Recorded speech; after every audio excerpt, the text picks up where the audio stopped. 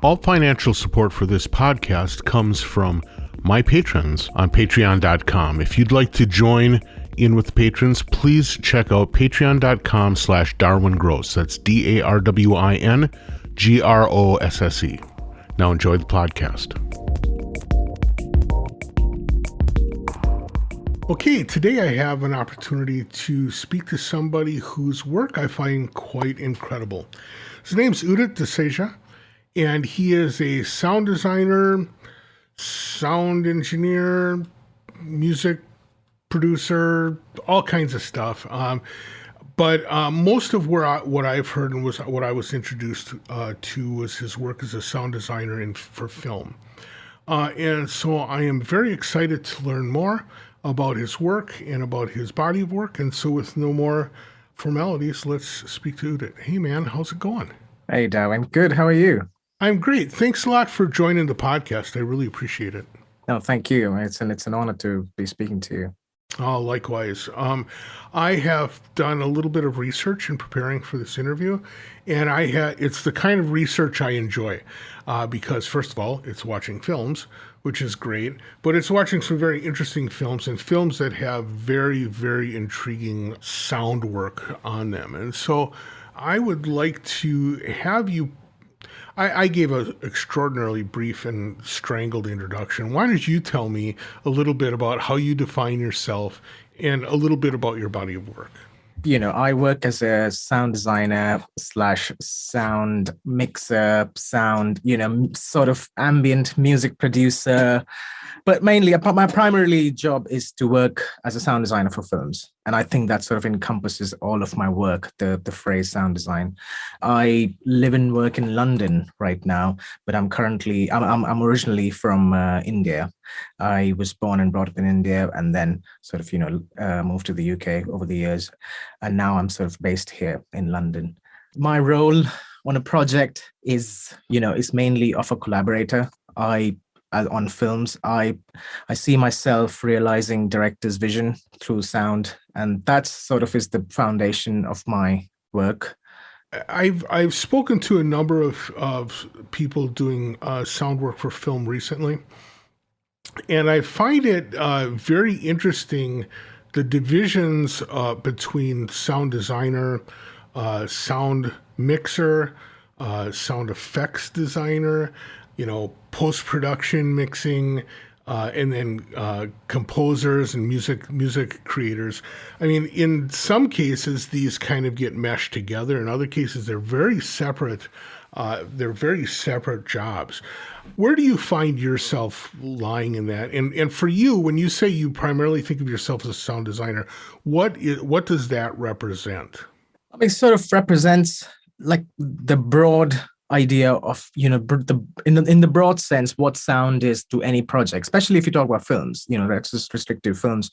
As a sound designer, I would also call myself as a sound supervisor, where I'm sort of closely working with the director, where I am the sort of the point source contact for the director to sort of discuss all the ideas, and then I have a team working under me. Or if there's a smaller project, I basically just do it by myself. So I sort of have to wear different hats through the process. I started off, being a sound editor because I guess that's how you grow in the process. But now I'd like to, over these sort of years I've been working I see myself more collaborating with the directors directly rather than sort of dealing with the sound supervisors.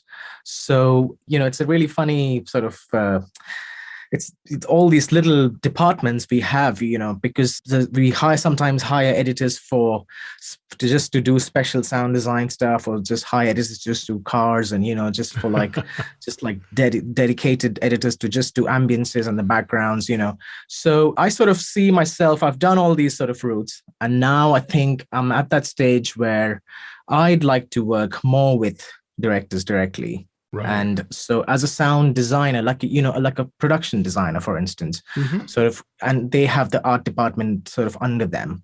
So I see myself as the sound designer. We have the sound department under me, which is, could be a bunch of sound designers working with me and bunch of sound editors or, dialogue editors and mixers and sort of the, but on the point source contact. And that's what I feel this, and I take the final decisions at the end, where everyone sort of feeds me all their tracks, and with the mixer, with the re-recording mixer.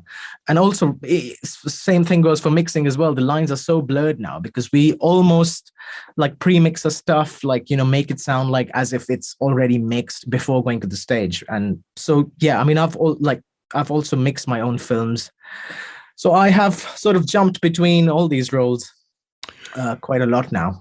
Right. Now, I imagine some of that has to do with both the type of the project and the size of the project. Now, I noticed that one of the things is you're involved in a lot of things that are either documentaries or documentary-like. Does that pose any kind of particular, I mean, is there a particular approach that you have to take on that versus something that's like more like a feature type film or a narrative film, a fictional film? Do you find that documentaries kind of have a different run or even a different kind of workflow? It's obviously the workflow wise, the documentaries are slightly different to a feature, definitely. But when it comes to like storytelling with sound, I really don't look at it as a documentary. You're sort of telling a story again. And the idea is to sort of enhance the reality and, enhance the sort of the camera sound they've recorded and sort of build an environment around it, not obviously faking it too much. I mean, it just depends really on film to film, but on fiction, the approach is obviously completely different, I would say. I mean, in terms of workflows, but you're trying to tell a story, but every sound you add in fiction films does have to make sense, and same sort of goes with the documentaries as well, the kind of stuff I've done. But documentary can be a bit more lenient in some ways. You don't have to perfect each sound for the close-up shot or for the wide shot. I mean, there's a project I did, this called Naomi Osaka documentary, which is on Netflix now. We obviously, the way the film was shot was very cinematic. It was a documentary. It was on a documentary on her life, and we had these like little moments in the film, which was really beautifully crafted by the director. Like close shots of her face, just like looking at Naomi, and we had all sorts of sounds playing in the background. You don't see much of it, but you hear it a lot. But when it came to the tennis sounds, we could almost go take the documentary approach and not be more fiction. For instance, we didn't have like the subwoofers going through when she was hitting it, and whereas it could have, if it was a fictional thing, a film about her, we could have pushed that a bit more. So it just basically depends. But like every sound on any project has to make sense. Every sound is being thought about, and it depends on how much you want to clean it, how much you don't want to clean it, like especially dialogues. But it's all recreated in the end. It's all recreated. It's all re-edited. It's all sort of mixed together to give you that sort of cinematic experience, or reality experience, or immersive experience, or all sorts of experiences. Well, I think that it's really interesting that one of the words you keep on coming back to is storytelling, and the way that what your work is represents a form of storytelling, and I guess really has to mesh with the storytelling that the director is trying to do with the film as a whole too, right? No, absolutely. Yeah, it's just about sort of realizing what they're trying to do in audio, through audio, sort of interpret that, every scene, every moment. What is it the characters are feeling? Do you want to add the sound, what the characters is feeling, or do you want to sort of just define the geography of the place, or you want to, contextualize the spatiality of the place, or do you want to sort of take more inner approach, which is the sort of story happens more, internalize the story, and then, use the sounds which are more internalized by the characters, and then represent that. So yeah, it's a mix and match between it. It depends on each film, each script, each form, I guess. Yeah, that makes sense. Now, one of the things I like doing in my podcast is learning a little bit more about the backgrounds of the people that I'm talking to. And in your case, I'm kind of curious. You've already kind of told a little bit of a story, which you were born in India. You are now currently working in London. But when I look at the list of the films that you've been involved in, you're sort of a multi-continental sound developer and working film worker. I'm curious though about your background and how you got into sound, how you got into working with the technology of sound, because sound for film now is a very technological exercise. But I'm curious about what are the beginnings? Who are the people that influenced you, and what were some of the breaks that got you into working on sound for film? Well, I'll keep it, so I'll sort of summarize it. It's been a sort of a long, I think it's been a sort of a long journey so far. I mean, I'm not that old, but I was born in India. I was born in a city called Gwalior, which is in part of central India, and it's famous for its sort of North Indian music traditions, and it's got a very rich cultural history, and there were forts, and the place has a lot of history and culture and music. So that's sort of, I when I was a child, I started learning and practicing this North Indian classical music. My parents enrolled me in this like sort of post-school course, and that kind of laid the foundation for my understanding of sound. And then many years after, I sort of moved to Mumbai, which is the hub for Indian film industry, and the artists and people working with audio and music. I think it's the center of Indian film industry, and for the arts as well. I moved there and I started, I finished my graduation there, and which was not in audio, but I started learning, I started going to these studios as an intern, sort of just sitting behind, and where they would do cut sound effects for big Bollywood films. So I sort of started, with like studios, just observing, sitting behind, because I had this interest in audio. And, I was influenced where I met, in Bombay, I met a lot of filmmakers, I met a lot of artists, and which kind of somehow I got into this field because there was a lot of interest, and I got this opportunity to go to a studio with someone who was a filmmaker. So yeah, and that's how I kind of, got into it. And then I started cutting effects because, I was just sitting behind, and the editor would go, do you want to have a go at these like little things and put some markers down on Pro Tools or something like that? I sort of started having a go at the computer and started reading the manual, Pro Tools, how it is. And, this was year, 2006, that kind of. So yeah, and then I thought I should take up this, take this field. But I really, I got my first credit on a film as like an associate editor, right at the end, and that sort of gave me that confidence of some sort. Like I actually, I can do it. I got like paid peanuts, but or nothing, in fact, for that project. But they basically, this is how you sort of begin. If you actually don't have any formal education and you don't have any experience, you have to just sit behind and observe people. So I sort of, thought I should do this proper sort of formally. And then I applied for a master's course at Edinburgh University, which is the Msc Sound Design course. And that's where sort of being in a university setting and, being in a different country and sort of exploring, that opened my mind up, that, broadened my horizons.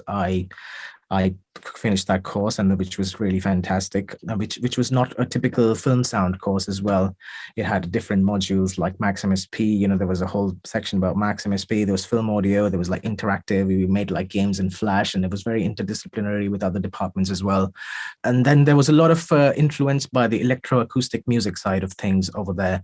There was like live diffusion performances, which I got really interested in, and just how to use sound creatively in any medium. That's what it sort of taught me, and not to be afraid to experiment. I, obviously made terrible mistakes while at the university, recorded like really high stuff. And because it wasn't, I had never basically just seen things getting recorded, and I recorded it really loud or bad or distorted, and people would just, sort of, I read my way through, and I got like a lot of feedback from my supervisors and my professors.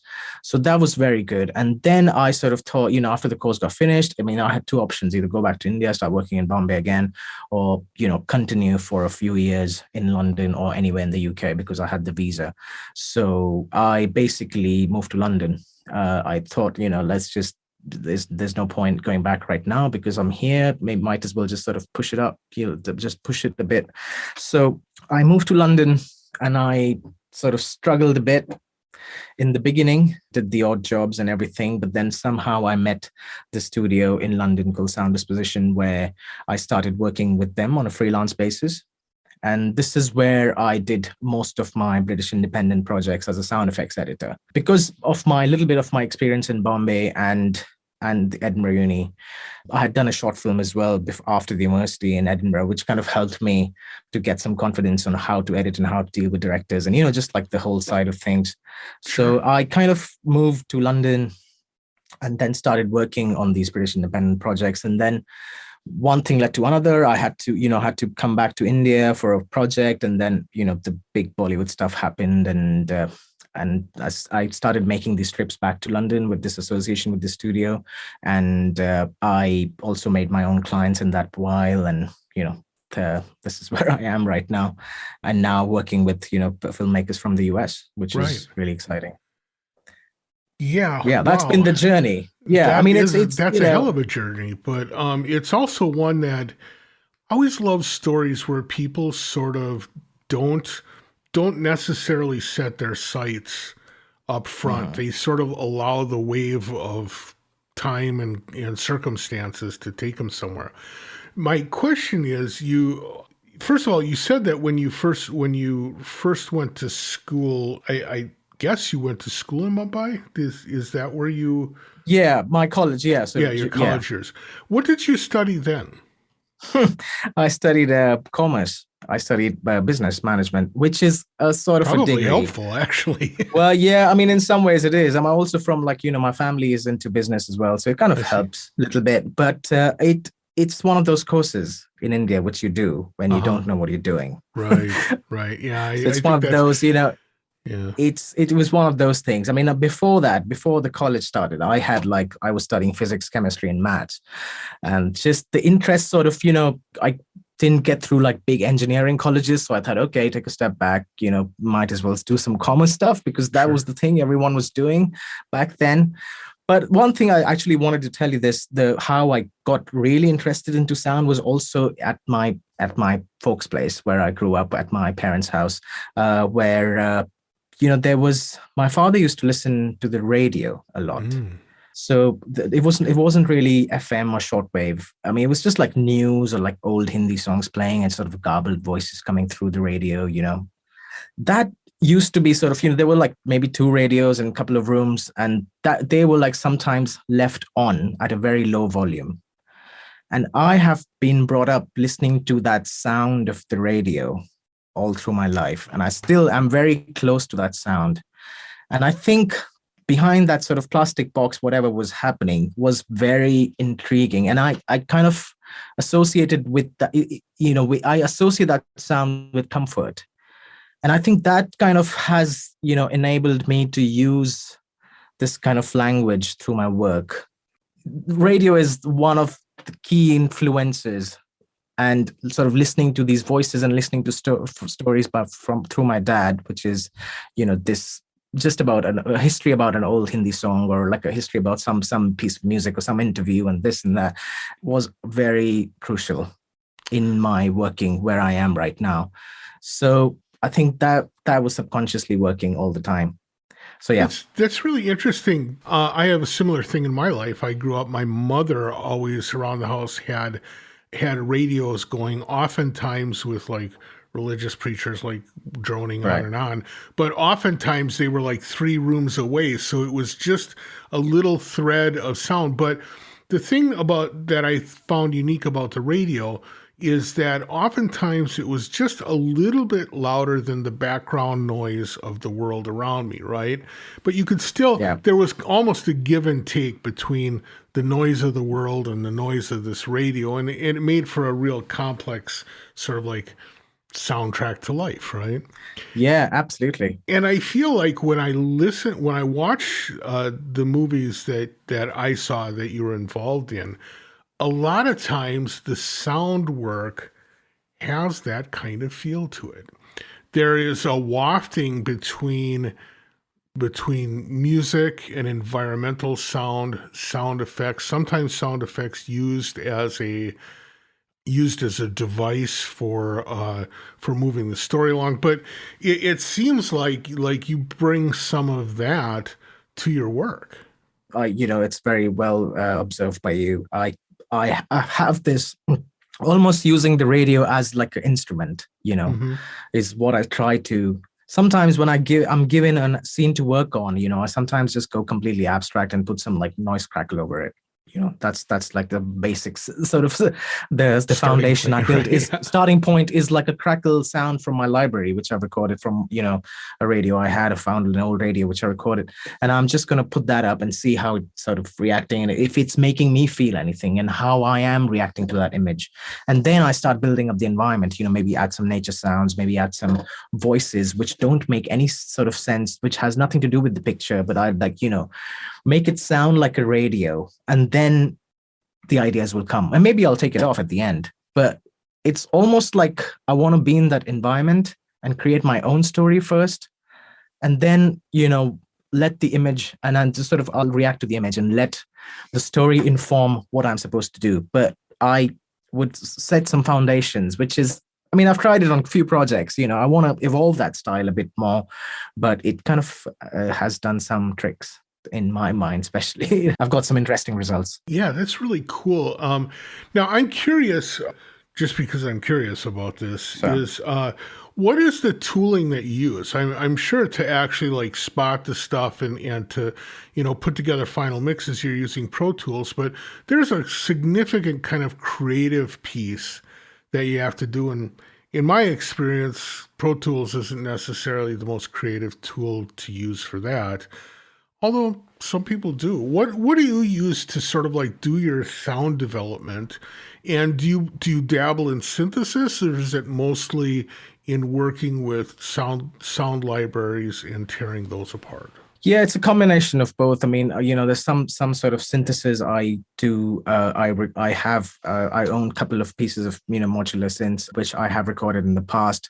But then what I do like an improvisation on it, Mm. and then take it into Ableton or something, and then use, there's a combination of Ableton, Pro Tools, and that basically. So I use, get these sounds, manipulate them, bring it back into Pro Tools, put it with the picture, because I'm usually working with the picture, and I think Pro Tools is really Mm. great with picture. Yeah, that is true. So It really locks the picture well, that's for sure.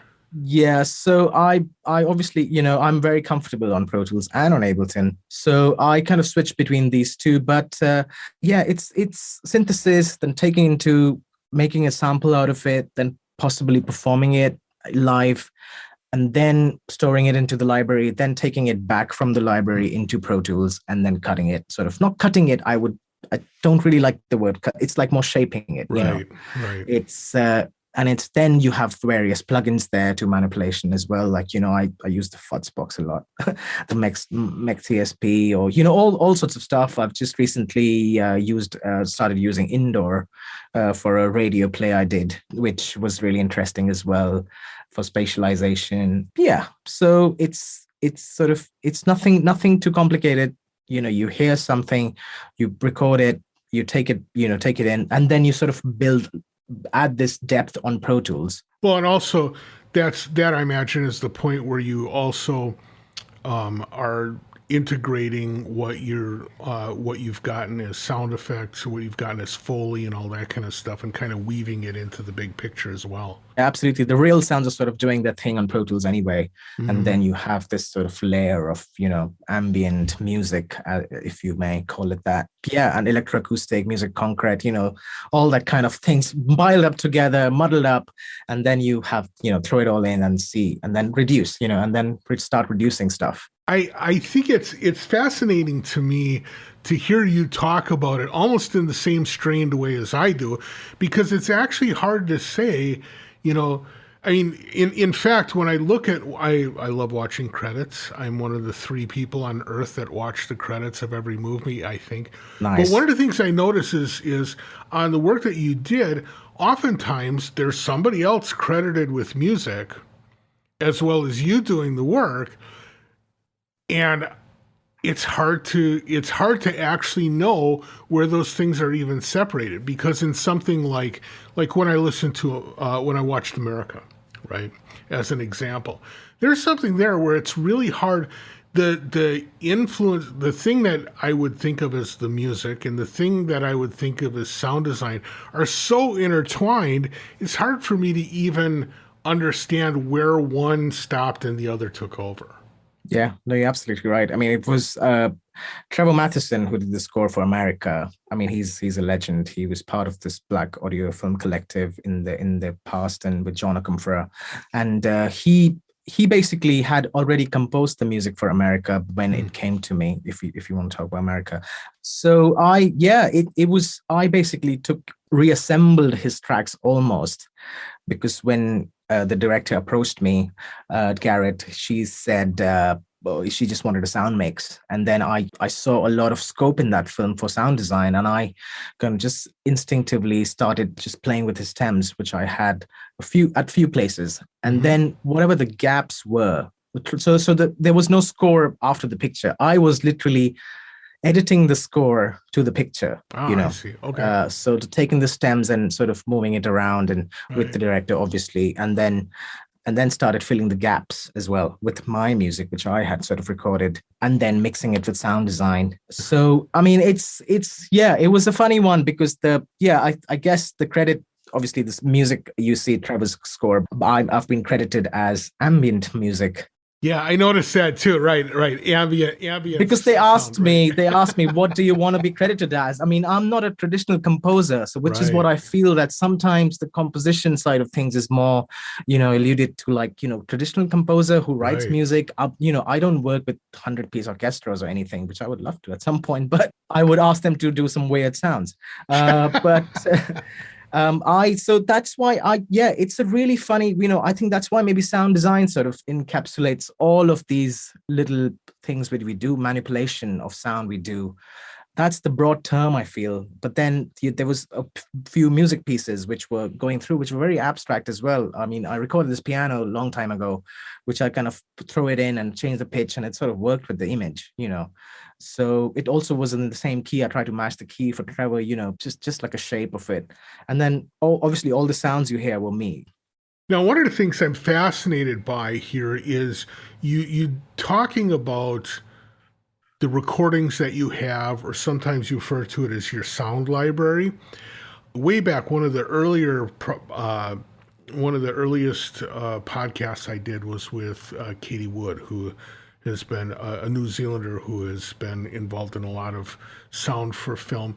And she talked about how, like, when she's in between projects, she spends just a lot of time going places, getting sounds for her, different locales, every city has a different sound.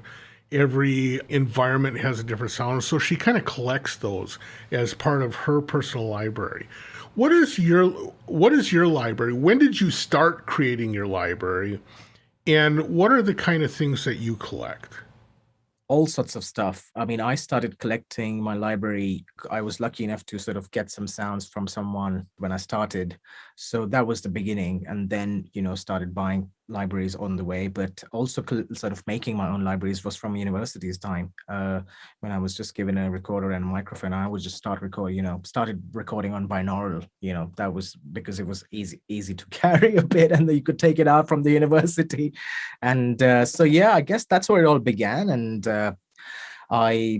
whenever there's a sort of an interesting opportunity, I always carry my Sony PCM D50 with me. It's always with me wherever I'm traveling. So it's like it could be a weird fan noise somewhere in a hotel room if I'm staying. It could be the nature if you're not visiting a different country, and India especially. It's this place full of sound. There's so much diversity in the environment in India. If you visit, there's all sorts of birds, there's all sorts of traffic noise mixed with it's sort of chants coming from a temple or a mosque, and they're all like intertwined, and you hear like political rallies passing by, which are also speaking on a megaphone. So the place itself is so overwhelming when as a Westerner, if you visit India, you will hear it's very strong. And I grew up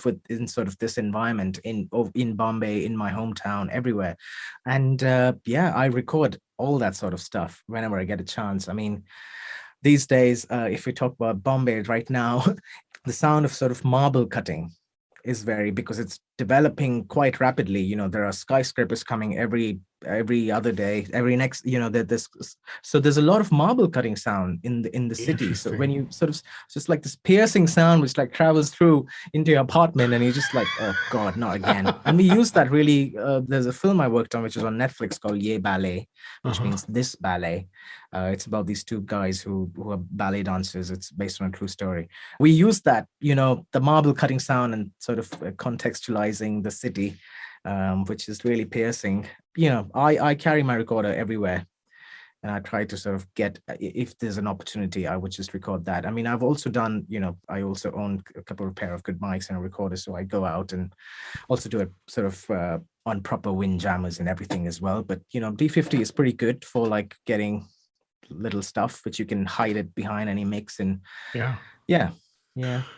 Now, when you're working on a project, do you also generally kind of put together a library of sounds that are specific to a project? Yes, that we create a folder for sure. I always, I try to get the original recordings from the location, or sort of go out and record myself if there's not, anything's available which needs some attention. And so I try to record that, definitely. I won't really necessarily go out and record all the sounds, because I haven't really worked on those kind of budgets yet, where you get this opportunity to go out and do a very site specific kind of recording. It's almost but I would love to do that, sort of be somewhere else. Like why I watched this interview for the film Dune, where actually they went out in the desert and recorded all of that stuff, which is what I would love to do. Right. If you give me this opportunity, please spend the check. Yeah. Yeah, if you give me this opportunity to, go out in the desert and stay there for a month and interact with the crew. But I definitely, you tell this production mixer, or if I've recorded a feature, the same film, Ye Ballet, which is on Netflix, I make sure I did every location. We shot all entirely in the city. So we made sure we recorded every, weird sort of interesting sounds, or the one which I don't have in my library, and then go back to the space as well and then record it again. But yeah, like America, obviously I didn't record much, except my music pieces, which I had recorded earlier and stuff. Yeah, I mean, it's just every project definitely have a folder of sounds. So like almost kind of the polar opposite in terms of development wise, the movie All Light Everywhere, which actually you got quite a bit of acclaim for. Very interesting film, but also one that struck me as probably challenging to do the sound work on. If for no other reason than I would say that the director made some interesting choices about cinematography. One of the things I would say is oftentimes when it would be talking with a person, the camera would sit on them a little bit longer than was comfortable, right? And so there was a sense of tension that just came with the cinematography and the photography, the image capture, right? But I also noticed that you bolstered that both by changes in the ambient sound. So I assume that you were getting feeds of you got some sort of a feed of all the ambient sound in all the different places this was shot, right? Not all of it, but except, Okay. Yeah, so a little bit of the factory, you see the Axon factory stuff. Right, They had recorded some stuff sort of separately, but rest everything was again recreated. You recreated it. Oh my goodness. Because it's really kind of stunning, and especially where sometimes, like, even when they would have, they were having this meeting with all of the officers and stuff, and just the way that the background sound kind of ebbed and flowed really changed the tension of something that, taken a different way, might not even have seemed to have a lot of tension to it. But I thought that the sound was particularly useful in really fully developing the scenes in that movie. Yeah, no, I wanted to create depth. Right. When I received the cut, it was, the dialogues were a bit noisy. And all the sound effects, we started putting some room tones and stuff, but it was just adding to the noise really. So we stripped down all the dialogue, sort of cleaned it, dialogue isolate, this really good tool now, sort of cleaned it all, and then started filling in, and creating these room tones. And I wanted to create this sort of tension, because the brief I had from the filmmakers, for the directors and the producers, was like, we want like sci-fi documentary sort of vibe. Yeah. Which Yeah, was right. It did have sort of like that futurescape feel to it. That's for sure. yeah, but not too much on the nose. And I wanted to represent the sort of the sounds of the technology, almost, which allows you to see the world in its invisibility. So the spaces were full of big room tones, which were from the libraries, and then little sounds like the water cooler sound in the police, it would just come at the right spot at the right point, like between the dialogues, to carefully place every sound as well. And then it would cut through to go to the factory, and it had that sort of tension as well. Yeah, it was all very recreated.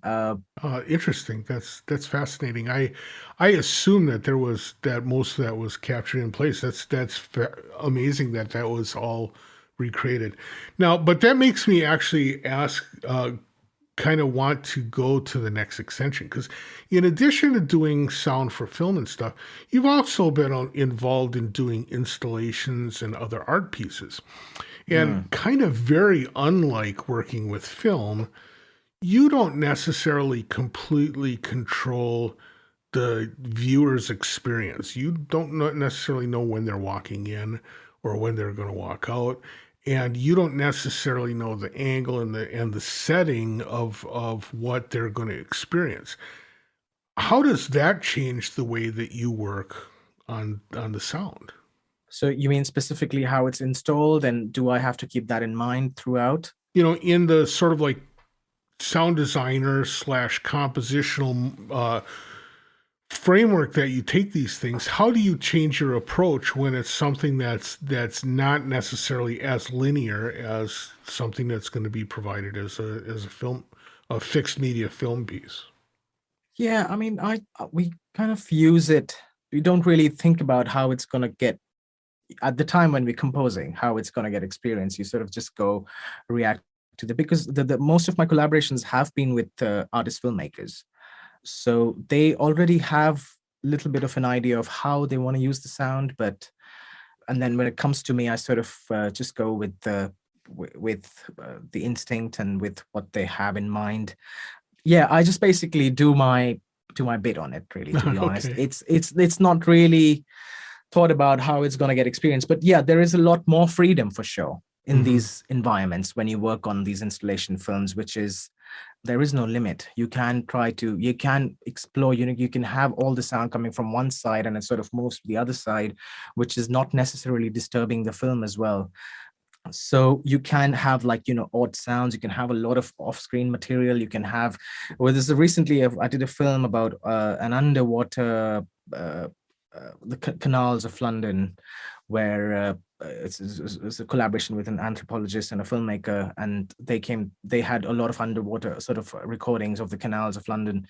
So they had a little bit of an idea what they wanted to do, but they wanted to use the sort of a voice of the underwater as well. So we had recorded a person for that, and then I took those recordings and embedded in the water as if they would it's as if it was the sound of the underwater. So there's a lot more scope for experimentation and expression, and using sound as a material. You could really develop that in these projects, and which I really love. And it gives you that freedom to do sort of try a few things, place this voice in the 5.1 environment or 7.1. You can try a lot more things. There's a lot of pre-lap happens. There's no film editing rules. It's more the fluid. The whole soundscape is a bit more fluid, which I thrive in that environment. Even if it's a little scene on a sort of traditional filmmaking, this little sound designy moment, I really enjoy doing those parts, and it sort of comes very instinctively. So yeah, it's very freeing. Sure. Now, our time is already up. I can't believe it. But before we go, I am curious about one more thing, which is the kind of films that you do. You've done a number of shorts, you've done a lot of documentaries, and you've kind of already talked about how not all of these have huge budgets. Do you do a lot of work where your interactions with people are completely remote? Are you doing like Zoom calls to spot films and stuff like that? Yep. Yeah. Yeah. Well, this is also pre-pandemic. So America was done all remotely. So this is in 2019. Right. I hadn't even met the director, but there was a synergy which was developed, by just calls and by seeing my work, and sort of me doing some passes and giving them for reviews. There has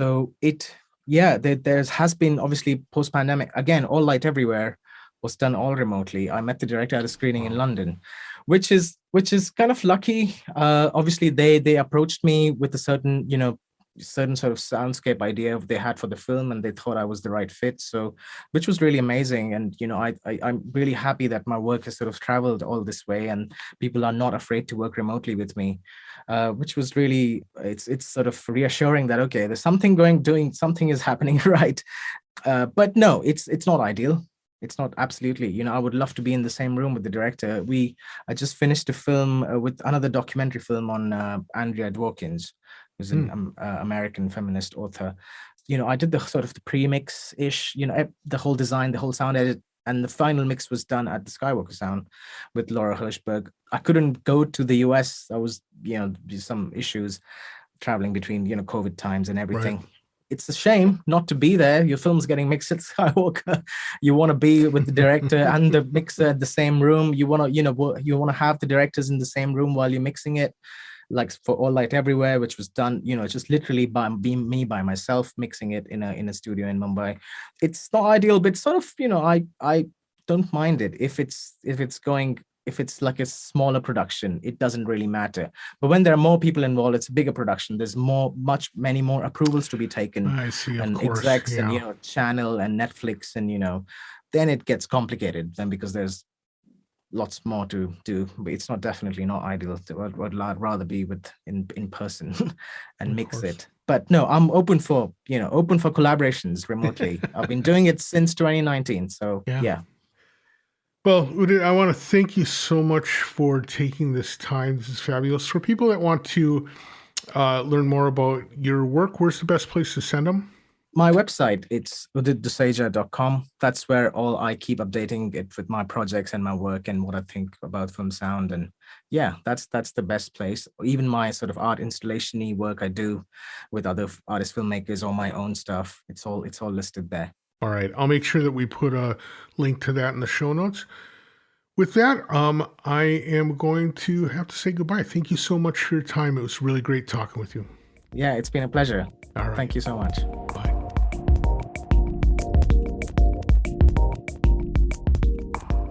Many thanks to Udit for having the great chat. It was really fun and interesting to hear about both the incredible path that he took to get to his current career point, but also just in terms of finding out more about the process he goes through to create his work.